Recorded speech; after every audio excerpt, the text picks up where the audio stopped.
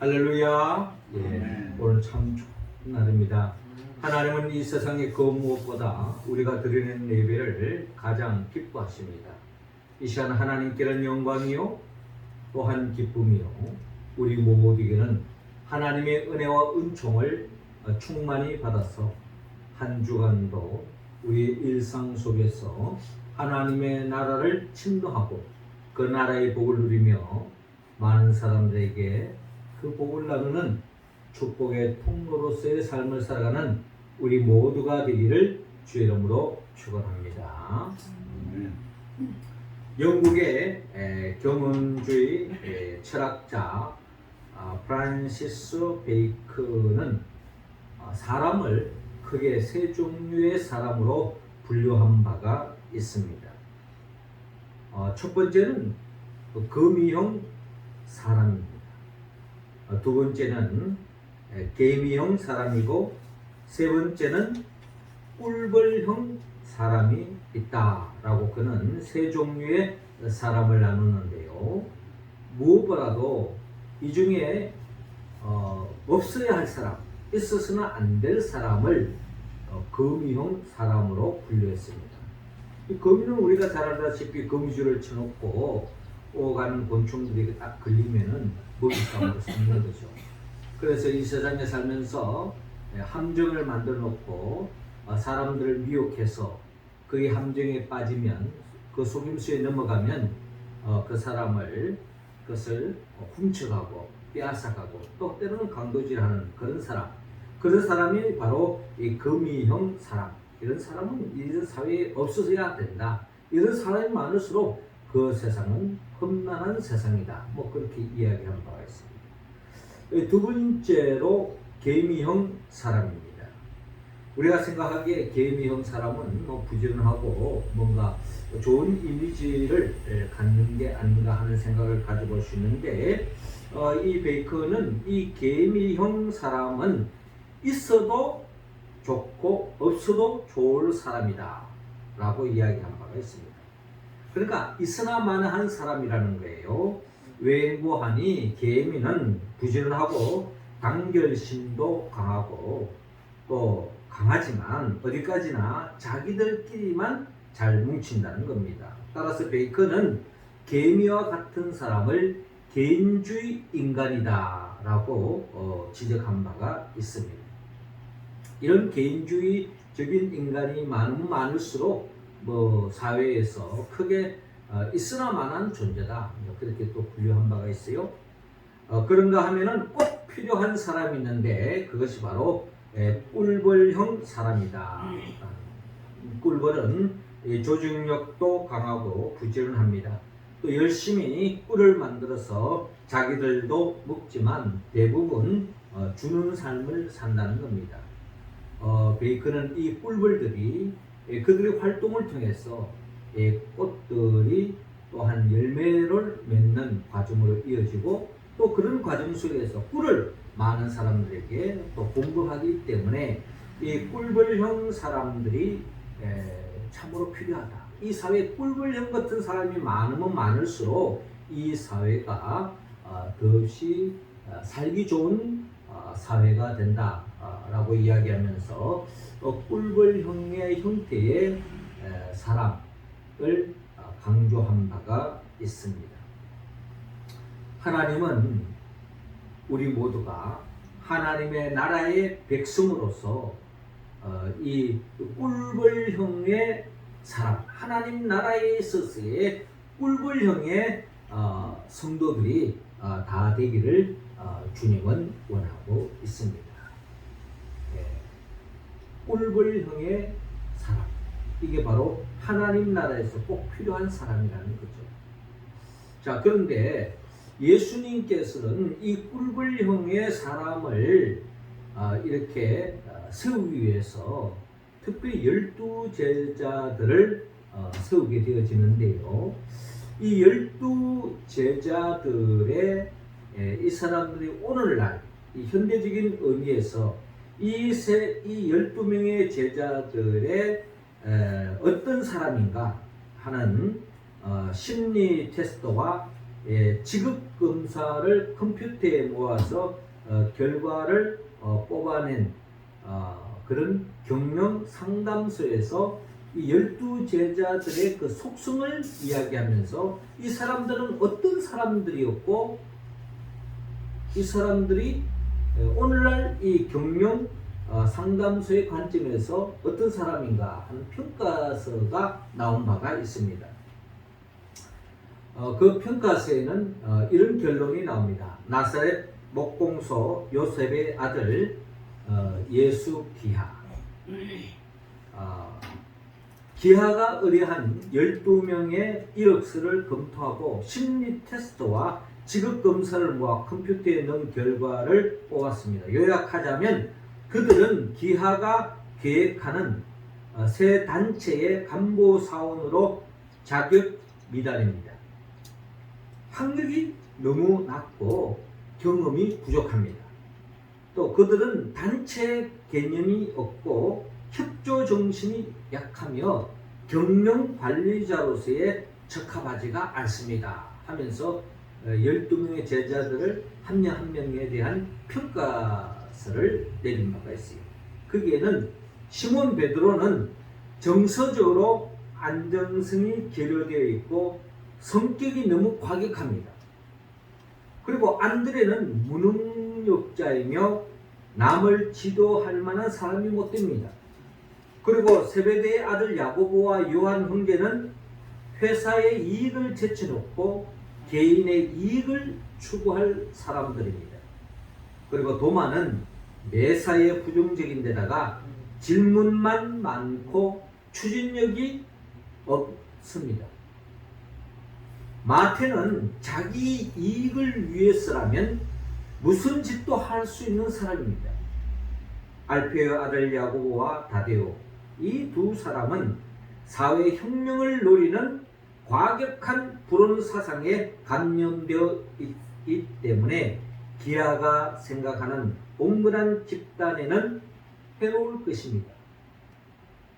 기아가 추천한 12명 중 긍정적인 해답을 드릴 자격이 있는 사람은 단 한 사람이 있습니다. 그 사람이 바로 가룟 유다입니다. 그는 능력 있고 가능성이 있고 사회 지식도 풍부하고 똑똑한 경영자로서의 감각과 판단력이 있습니다.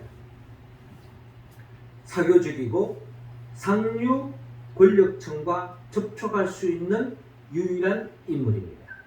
강한 동기와 의욕에 가득 차 있습니다. 따라서 본 경영 상담 회사는 가룟 유다 한 명만 추천하고 남은 요원은 다시 한번 보실 것을 권고하는 바입니다. 라는 결과가 나왔습니다.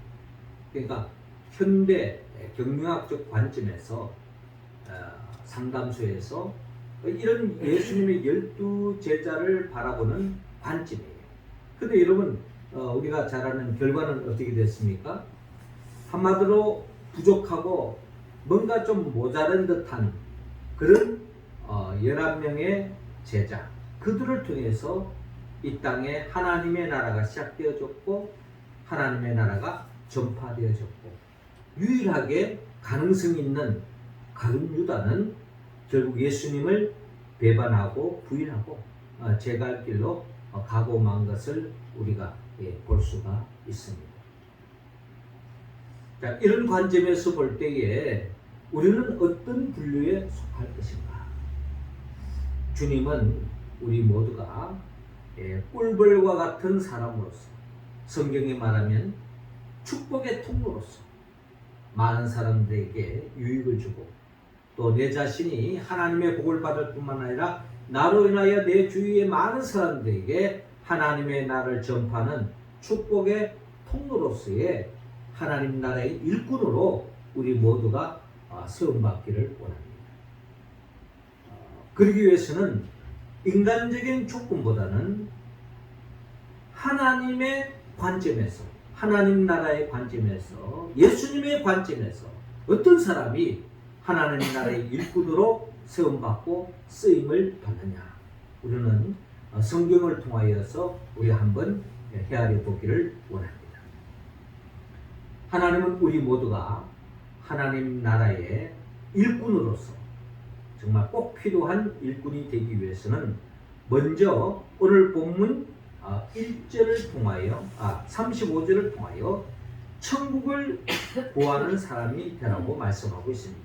35절 우리 같이 한번 읽어봅시다. 시작. 예수께서 모든 도시와 마을에 두루 다니사 그들의 배당에서 가르치시며 천국 복음을 전파하시며 모든 병과 모든 약한 것을 고치시니라. 아멘.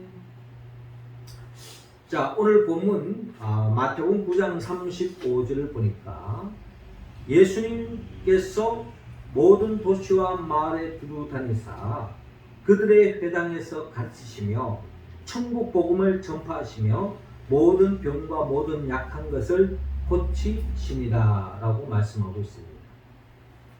하나님 나라의 일꾼의 모델이신 예수님은 어떻게 하나님의 나라를 세우기 위해서 활동하셨는가? 그 방법론을 우리가 한번 살펴보면 회당에서 말씀을 가르쳤습니다. 그리고 천국 복음을 전파했습니다.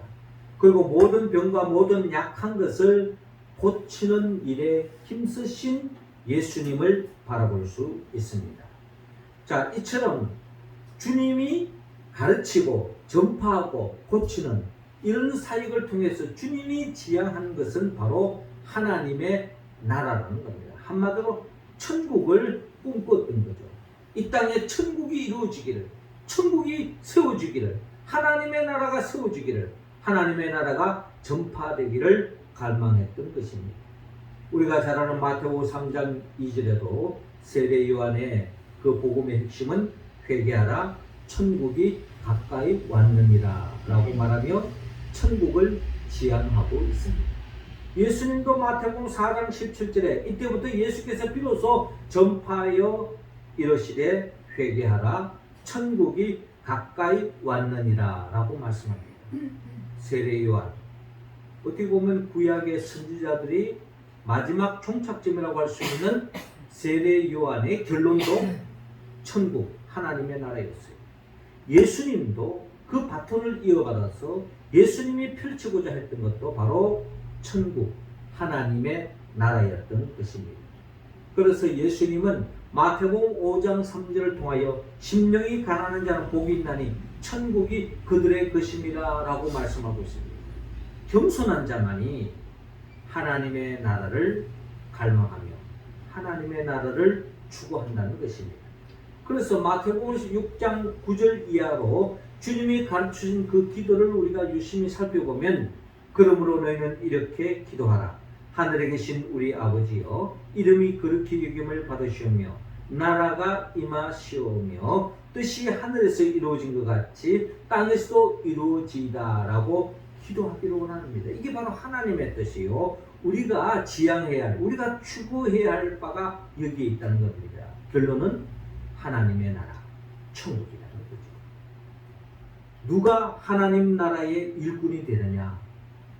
하나님의 뜻을 받들어 이 땅에 하나님의 나라가 이루어지기를, 구현되기를 갈망하는 사람, 하나님의 나라를 구하는 사람, 그런 사람을 통해서 하나님은 이 땅에 하나님의 나라를 전파한다는 겁니다. 그 사람의 어떤 능력, 그 사람의 재능, 그 사람의 성격, 그 사람의 결정, 그런 거 논하지 않습니다.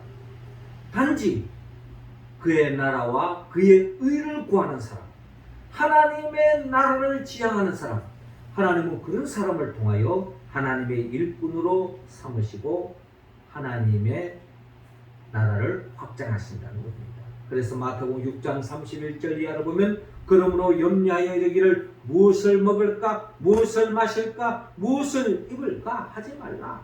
이는 다 이방인들이 구하는 것이라.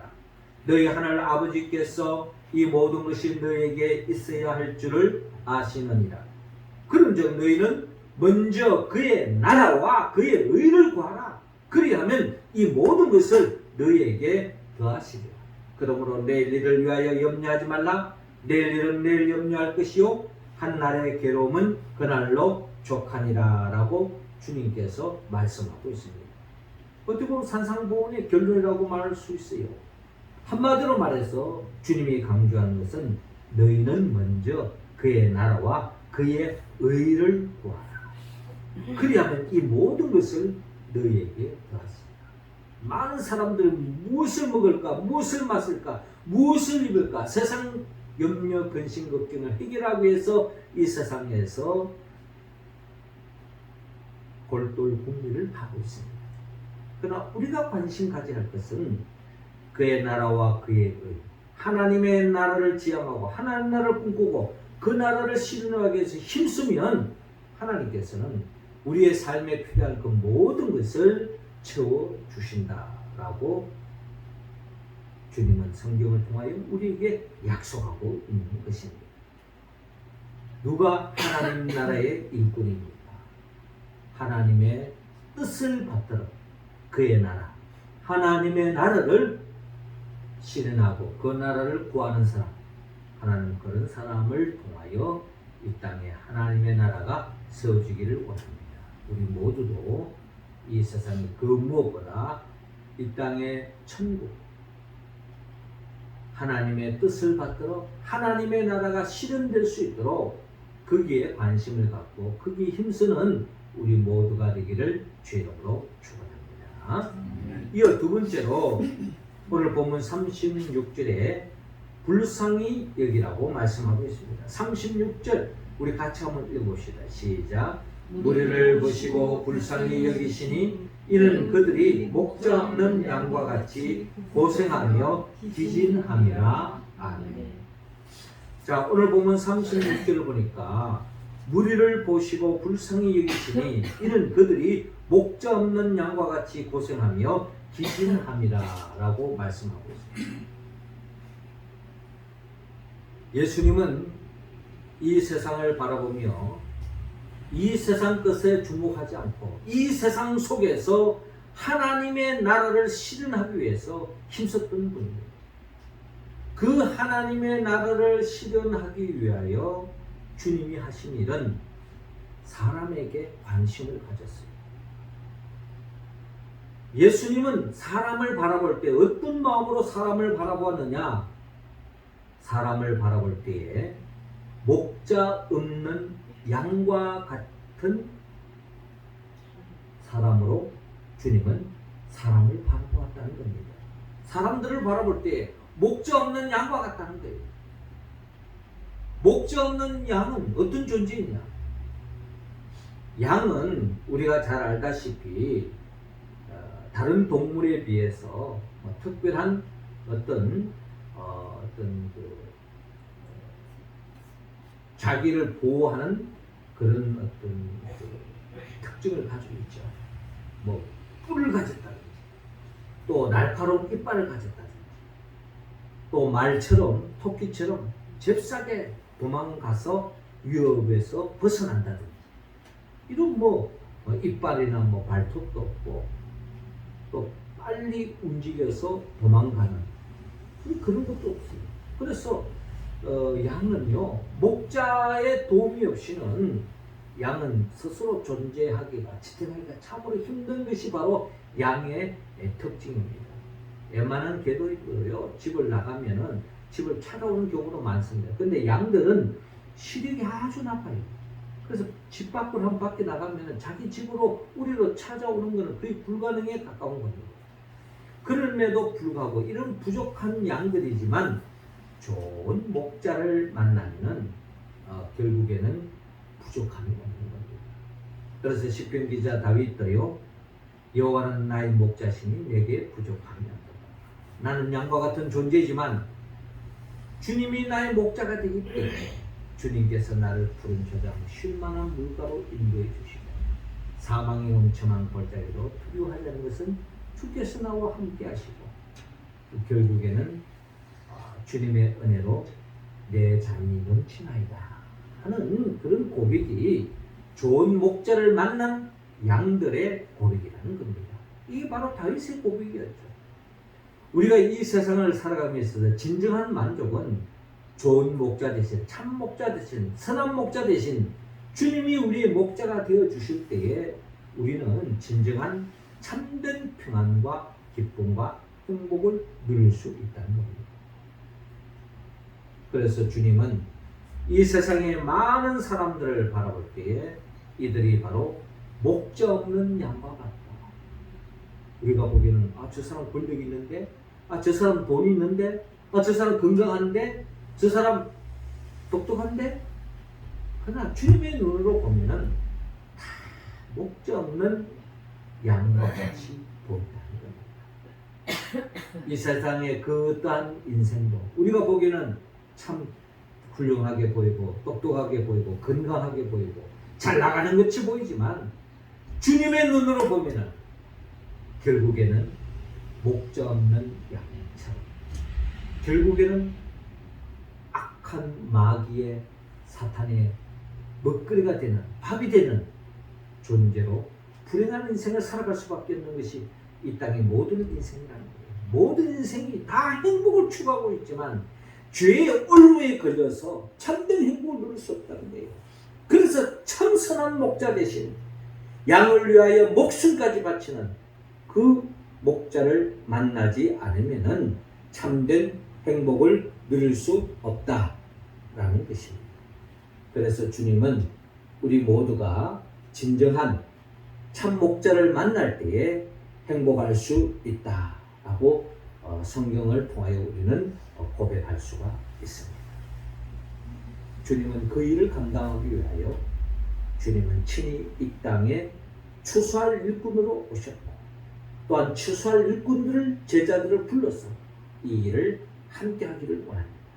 그래서 오늘 예수님은 본문 37절에 제자들에게 기도 제목을 하나 안겨줍니다. 이에 제자들에게 이르시되 추수할 것은 많되 일꾼이 적으니 그러므로 추수하는 주인에게 청하여 추수할 일꾼들을 보내주소서 하라 하시니라 라고 말씀합니다. 이 세상에 목자 없는 양처럼 죽어가는 생명들이 너무나 많다는 거예요. 그들을 구원하기 위하여 나 혼자 감당할 수 있는 것이 아니고 제자들을 불러서 그들과 함께 이 일을 하기를 원하는 것처럼 이 기도 제목은 우리에게 주신 주님의 기도 제목입니다.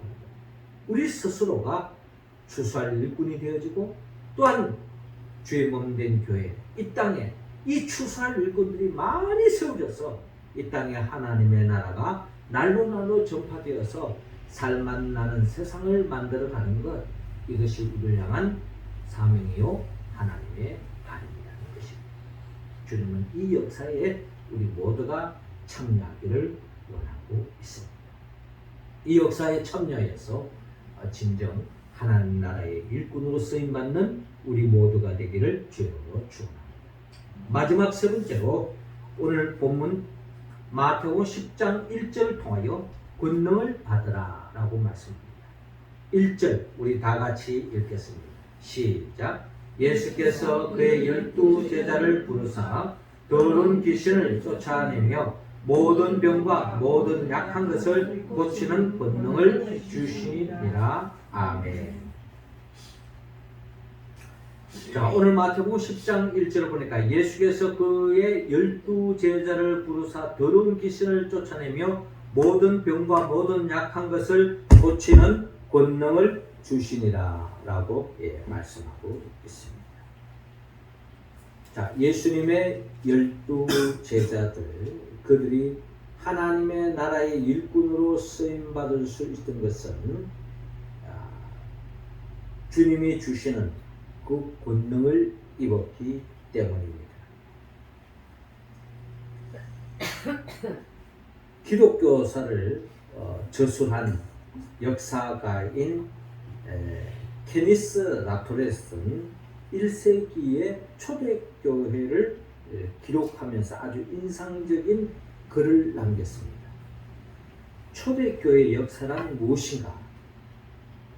그것은 한마디로 지극히 평범한 사람들이 하나님의 능력에 붙잡힌 바 되어 세상을 변화시키는 성령의 이야기다 라고 기록한 바가 있습니다. 지극히 평범한 사람들,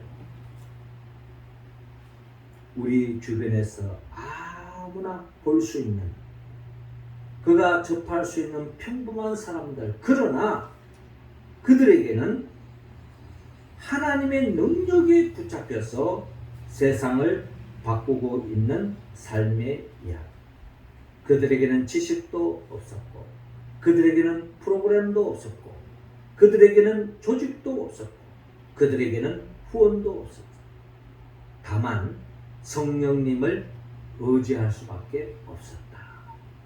전적으로 성령님을 의지하여 성령님이 주시는 그 권능으로 하나님 나라를 열어갔던 이야기가 바로 초대교회 역사다라고 라토렛은 그렇게 이야기한 바가 있습니다. 그렇습니다. 하나님의 나라는 성령의 도움을 갈망하는 사람, 성령의 도움을 입은 사람, 하나님의 주시는 그 권능을 입은 자만이 하나님의 일을 감당할 수가 있다는 것. 3절에 빌립과 바돌로메, 도마와 세리마테, 알페의 아들 야고보와 다데오, 가나안인 시몬 및 가룟 유다 곧 예수를 반대하라. 오늘 이 마태복음 10장 3절 이하에 예수님의 12제자의 이름을 적으면서 끝까지 그 일을 감당하지 못한 가룟 유다, 예수님을 판자는 결국 성령을 의지하지 않았기 때문에 결국 배반하고 제갈 길로 가고 말았다. 성령을 의지한 자만이 주님의 나라의 일꾼으로 끝까지 쓰임 받았던 것을 우리는 성경을 통하여 바라볼 수 있습니다. 성령의 충만함을 받은 사람만이 그들은 주님의 명령에 따라 천국을 전파하고 병든 자를 고치고 심지어 죽은 자까지 살리고 나병한 자를 깨끗하게 하며 귀신을 쫓아내고 이 모든 것들이 주님이 주시는 그 권능을 입은 자만이 이 일을 감당할 수 있습니다. 그렇습니다. 우리가 하나님 나라의 일꾼으로 그 사명을 온전히 감당할 수 있는 길은 이 세상적인 조건이 아닙니다. 내가 돈이 있으면 큰 일을 할 텐데, 사람이 많으면 또 뭔가 세상적인 것이 갖춰지면은 할 수 있을 텐데, 천만의 말씀. 하나님은 그런 것을 통하여 하지 않습니다. 단지 엎드려 기도하고 하나님이 주시는 그 능력을 입은 자를 통하여서 이 땅에 죽어가는 생명을 살리고 하나님의 나라가 전파되어지고 하나님의 나라가 세워지고 하나님의 뜻이 이루어진다는 것을 우리는 기억해야 합니다. 결국 누가 하나님의 권능을 믿습니까? 기도하는 사람. 예수님도 그 사명을 감당한 것은 기도하지 않았다면 그 성령의 도움을 입지 못했을 것입니다. 성령을 받아야만이 하나님의 일을 할 수 있습니다. 그래서 주님은 사도행전 1장 8절에 오직 성령이 너희에게 임하시면 너희가 권능을 받고 예루살렘과 온 유대와 사마리아 땅 끝까지 이르러 내 증인이 되리라 라고 말씀하지 않습니까? 120문도들이 마가의 다락방에 기도할 때에 성령이 충만히 임하고 그 성령의 도우심으로 하나님의 나라를 전파했던 것처럼 우리 모두도 기도하여 주님이 주시는 그 힘으로 그 권능으로 입어서 하나님의 나라에 전파하는 우리 모두가 되기를 주님으로 축원합니다. 사랑하는 성도 여러분, 주님은 오늘 본문을 통하여서 하나님 나라에 없어서는 안 될 일꾼들이 다 되기로 합니다. 누가 하나님 나라의 일꾼이냐? 천국을 구하는 사람, 사람들을 불쌍히 여기는 사람, 긍휼히 여기는 사람, 더 나아가 하나님으로부터 권능을 받은 자만이 하나님 나라의 일꾼으로 쓰임받을 수 있다는 것을 기억하시고 이 말씀에 온전히 응답하기 위하여 우리 모두는 성령의 도움을 받아야 합니다. 나를 위하여 십자가에 못 박혀 죽으시고 부활하신 예수 그리스도의 영, 보혜사 성령의 도움을 받아서 우리 모두가 하나님의 뜻을 받들어 천국을 구하고 사람을 바라볼 때에 주님의 마음을 품고 불쌍히 여기고 그리고 하나님이 주시는 그 권능 성령의 충만함을 받아서 하나님의 일을 작은 데서부터 충실히 감당해 감으로 우리의 삶의 자리에서 하나님의 나라를 침노하고 하나님을 전파해 가는 우리 모두가 되기를 주님으로 축원합니다. 기도드리겠습니다. 하나님 아버지, 이 시간 우리 한 사람 한 사람에게 성령의 기름을 부어 주옵소서. 그리하여 천국을 전파하게 하여 주옵소서. 특별히 사람들을 주님의 마음으로 불쌍히 여기고 그들을 구원하게 하여 힘쓰게 하여 주옵시고 하나님이 베푸신 그 권능을 받아서 하나님의 일을 담대하게 거뜬하게 해결해 나가는 우리 모두가 될 수 있도록 인도하여 주시옵소서. 우리를 통하여 이 땅에 하나님의 나라가 날로 날로 전파되게 하여 주옵소서. 예수님의 이름으로 기도드립니다.